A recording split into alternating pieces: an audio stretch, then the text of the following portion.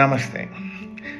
నేను ఓషో గారి 'the yoga alpha to omega' volume 9 మొదటి డిస్కోర్స్ చాలాసార్లు విన్నా. ఎందుకంటే అది చాలా బాగా నచ్చింది నాకు.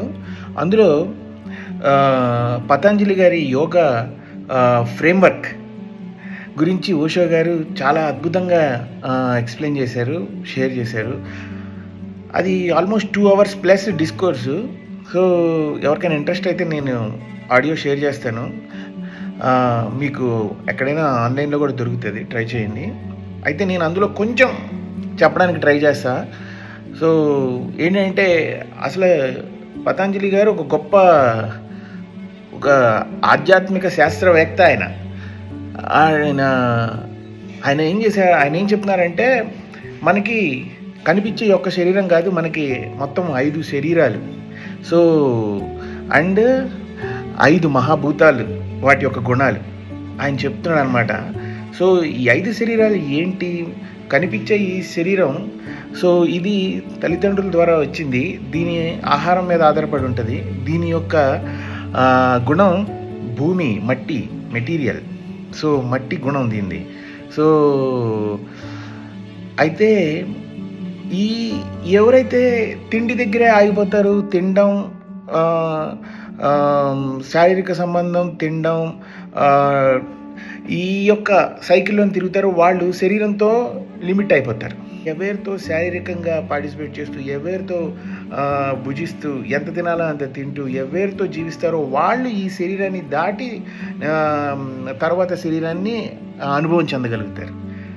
అయితే ఆ రెండవ శరీరం ఏంటంటే శక్తి శరీరం, ఎనర్జీ బాడీ. సో మొదటిది అన్నమయ కోశ, అన్నం మీద ఆధారపడుతుంది. రెండోది ప్రాణమయ కోశ, ఇది ప్రాణవాయువు మీద ఆధారపడుతుంది, ప్రాణమయ కోశ. అందుకనే ప్రాణాయామం చేసిన వాళ్ళు ఈ ప్రాణమయ కోశని బాగా అనుభవం చెందుతారు. సో అయితే అవేర్నెస్ ఈజ్ కీ. 5 బాడీలని నువ్వు సంపాదనలో భోజనం చేస్తేనే నువ్వు అవేర్నెస్ కోల్పోవు, లేకపోతే అవేర్నెస్ కోల్పోతావు. ఈ శరీరమే నువ్వు అనుకుంటావు, అలా నిద్రపోతావు. అలా కాదు, ఎంతవరకు తినాలో అంతవరకు తింటాం. ప్రతి దానిలో నువ్వు అవేర్నెస్ కోల్పోయేది ఏది చేయకూడదు. అదే మెయిన్ కీ. సో అప్పుడే ఈ శరీరం దాటి నువ్వు ప్రాణమయ కోశని అనుభవం చెందగలుగుతావు. ప్రాణమయం చేసినంత మాత్రాన అనుభవం చెందేవు. ఎందుకనంటే ఇంకా శరీరానికి సంబంధించి శరీరం ఈ యొక్క మొదటి శరీరం పరిమితిలోనే ఉండిపోయావు కాబట్టి అవేర్నెస్తో జీవిస్తూ ప్రాణమయ కోశ అనుభవం చెందొచ్చు. కేవలం శ్వాస కడుపు నిండా పీల్చుకొని వదిలితే చాలు, ప్రాణమయ కోశ ఎనర్జీ బాడీని అనుభవం చెందొచ్చు. సెకండ్ బాడీ అది మొదటి శరీరం కన్నా పెద్దగా ఉంటుంది. మొదటి శరీరంలో ఉంటుంది, చుట్టూతా ఉంటుంది ప్రాణమయ కోశ. సో ఇది అనుభవం చెంది ఇందులో జీవిస్తే, ఈ ప్రాణమయ కోశలో జీవించే వాళ్ళు చాలా యాక్టివ్గా ఉంటారు. సో ఎనీ మూమెంట్ రెడీగా ఉంటారు.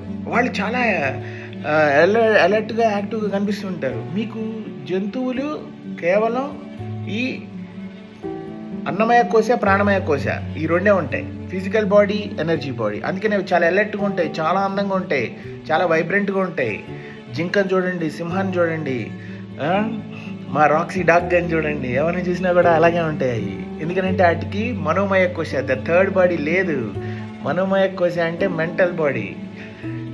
నువ్వు హిందూ, నువ్వు ముస్లిం, నువ్వు క్రిస్టియన్ అని పెట్టేదంతా నీ మనోమయ కోశలో. నువ్వు భారతీయుడు, నువ్వు అమెరికన్, నువ్వు రష్యన్, ఇవన్నీ పెట్టేది మనోమయ కోశలో. నువ్వు పలానా కులం, పలానా మతం, పలానా జాతి అన్నీ పెట్టేది ఈ మనోమయ కోశలో. దీన్ని ఎవరైతే ఉంటారో, ఎవరైనా వాళ్ళే ప్రాణమయ కోశ, ఎవరైనా వాళ్ళే మనోమయ కోశ దాకా వెళ్ళగలుగుతారు. కళ్ళు మూసుకుంటే వాళ్ళు తెలిస్తే అప్పుడు ఆలోచనలుకి వాళ్ళు అవేర్గా ఉండగలుగుతారు. ఓహో ఇది నా మనోమయ కోశనవై అని.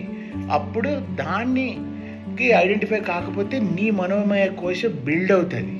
అవేర్ కాకపోతే అంటే నీ యొక్క ఇన్నర్ విజ్డమ్, నీ యొక్క మెంటల్ క్యాపబిలిటీ పెరుగుతుంది. అప్పుడు దాకా నువ్వు వరల్డ్లో ఒక రోబోట్ లాగా ఎవడెవడో ఏదో పెట్టిన దాన్ని బట్టే మనం అనుకొని అదే ఐడెంటిఫై అయిపోయి అలా జీవించేస్తుంటాం, అలాగే చనిపోతుంటాం. సో ఈ మూడవది మనోమయ కోశ. దీని యొక్క క్వాలిటీ ఏంటి? వాటర్. అన్నమయ కోశ క్వాలిటీ ఏంటి? భూమి. ప్రాణమయ కోశ క్వాలిటీ ఏంటి? అగ్ని. మనోమయ కోశ క్వాలిటీ ఏంటి?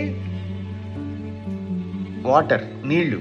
నీళ్లు ఎలాగైతే ఫ్లక్చువేట్ అవుతుంటాయి, మన యొక్క ఆలోచనలు అన్నీ కూడా ఫ్లక్చువేట్ అవుతుంటాయి అన్నమాట. అందుకనే దాని యొక్క క్వాలిటీ వాటర్. పంచమహాభూతాల్లో అది నీరుతో పోల్చారు. దాన్ని నీరులాగా ప్రవహిస్తుంటుంది. దానికి మనం ఐడెంటిఫై కాకూడదు, అవేరై జీవించాలి. నెక్స్ట్ నాలుగోది ఏంటి?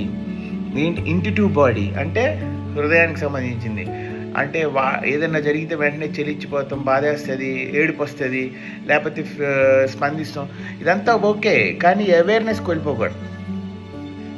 సో అవేర్నెస్ కోల్పోయి ఐడెంటిఫై అయిపోతే ఏమవుతుంది? సో నువ్వే ఆ ఇంటిట్యూబ్ బాడీగా బతుకుతుంటావు అనమాట.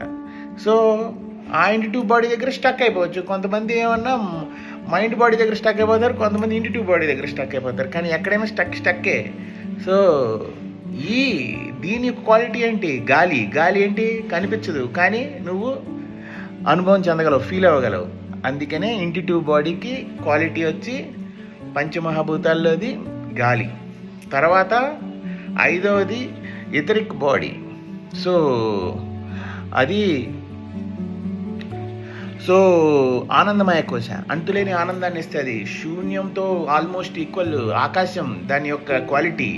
సో అది నీ యొక్క చివరి శరీరం. నువ్వు ఇన్ని శరీరాలు కప్పబడిన జీవి, 5 శరీరాలు కప్పబడిన ఈ జీవి, ఈ 5 శరీరాలని అనుభవం చెంది అవేరయ్యి జీవిస్తే 5వ శరీరం దాటినప్పుడు నువ్వెవరో నీకు తెలుస్తుంది. అది పతంజలి గారు ఇచ్చిన పంచమహాభూతాలు 5 శరీరాలు. ఓకే. సో వీటన్నిటికీ ధ్యానం మెయిన్ ఏంటంటే అవేర్నెస్తో తినాలా, అవేర్నెస్తో జీవితంలో అన్నీ పార్టిసిపేట్ చేయాలా, అవేర్నెస్తో నువ్వు ఈ ప్రతి శరీరాన్ని దాటుకొని వెళ్ళాలి. అప్పుడు నువ్వు చివరిగా ఆకాశ శరీరాన్ని కూడా దాటుకొని ఆ అంతులేని ఆనందాన్ని కూడా ఐడెంటిఫై కాకుండా, ఆ బ్లిస్ బాడీని కూడా ఐడెంటిఫై కాకుండా నువ్వు ఉన్నప్పుడు నువ్వు జ్ఞానోదయం అవుతుంది నీకు. సో ఆ జ్ఞానోదయం అయినప్పుడు నువ్వు అనంతం. అక్కడికి వెళ్ళినప్పుడు తెలుస్తుంది నీ యొక్క స్థితి అనేది, నువ్వెవరు అనేది. అది మాటలతో చెప్పేది కాదు, అది ఇంకా జీవించి తెలుసుకునేది. సో ఇదంతా కూడా మనం వింటే ఎన్నిసార్లు విన్నా ఇది జ్ఞానంగా పనిచేస్తుంది. కానీ మనం సాధనలో పెట్టాలి, నిజమేంటో తెలుసుకోవాలి. నిజంగానే 5 శరీరాలు ఉన్నాయా? ఫిజికల్ బాడీ ఉందని తెలుసు, నిజంగానే నీకు ప్రాణమయ కోశం ఉందా, ఎనర్జీ బాడీ, నిజంగానే నీకు మెంటల్ బాడీ ఉందా? కళ్ళు మూసుకుంటే తెలుస్తుంది, ఆలోచనలు వస్తూ ఉంటాయి. ఓకే, ఎన్నో ఐడెంటిఫికేషన్స్ తెలుస్తుంటాయి. మెడిటేషన్. సో ఫిజికల్ బాడీకి ఓకే, యోగా చేయి, ఫిజికల్ ఎక్సర్సైజ్ చెయ్యి, ఫుడ్ని జాగ్రత్తగా చూసుకో, జాగ్రత్తగా తిను, అవేర్నెస్తో ఇదంతా మెయింటైన్ చేస్తావు. నెక్స్ట్ ఇతరిక బాడీకి ప్రాణమయ కోశ, బ్రెత్తో గాలి ద్వారా నువ్వు దాన్ని అనుభవించడంతో ఈ సమాజంలో నువ్వు న్యాచురల్గా బ్రీతింగ్ చేస్తున్నావు అనేది పెద్ద అపోహ. నువ్వు కడుపు నిండా గాలి పీల్చి వదులుతున్నావు, అది అవేర్ అవుతున్నావు నువ్వు, అది తెలుసుకోవాలి. కడుపు నిండా గాలి పీలుస్తావు, వదులుతావు, కడుపు నిండా గాలి పీలుస్తున్నావు, వదులుతున్నావు. ఇది అవేర్నెస్ ఉందా? ఇది అవేర్నెస్ ఉన్నవాడికే ప్రాణమయ కోశ అనుభవం చెందుతాడు. తర్వాత నెక్స్ట్ మనోమయ కోశ, ఆలోచనలకు ఐడెంటిఫై కానివాడే మనోమయ కోశగా అనుభవం చెందినవాడు అవుతాడు. అలాగే నెక్స్ట్ ఇంటిట్యూబ్ బాడీ, విజ్ఞానమయ కోశ, ఇది కూడా అంతే. భావాలకి ఐడెంటిఫై కానివాడు వాడే నీకు దాని యొక్క శరీరాన్ని దాటినవాడు అవుతాడు.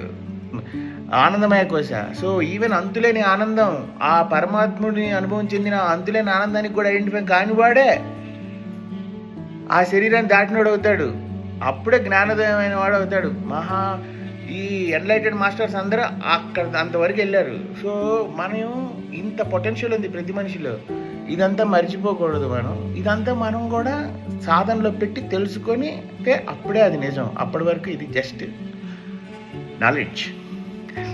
నాలెడ్జ్ అనేది మనకి కొంతవరకు తెలుసుకోవడం కోసం ఉపయోగపడుతుంది. కానీ దాన్ని నిజంగా సాధనలో పెట్టకపోతే అది కేవలం ఒక ఇంటలెక్చువల్ అండర్స్టాండింగ్, దానివల్ల ఏమీ ఉపయోగం ఉండదు, మన ఈగో బూస్ట్ అవుతుంది. సో జీవితంలో పెట్టాలి, తెలుసుకోవాలి, తెలుసుకొని జ్ఞానోదయం కావాలి. ఏ పాత్ అయినా అద్భుతమే, ఒక్కటే నిజాయితీయే నిజమైన మార్గం. ఏ మార్గమైనా అద్భుతమే, కానీ అందులో నిజాయితీ ఉండాలి. నిజాయితీ ఉంటే ఏదైనా జ్ఞానోదయానికి దారితీస్తుంది. సో నిజాయితీయే నిజమైన మార్గం. నమో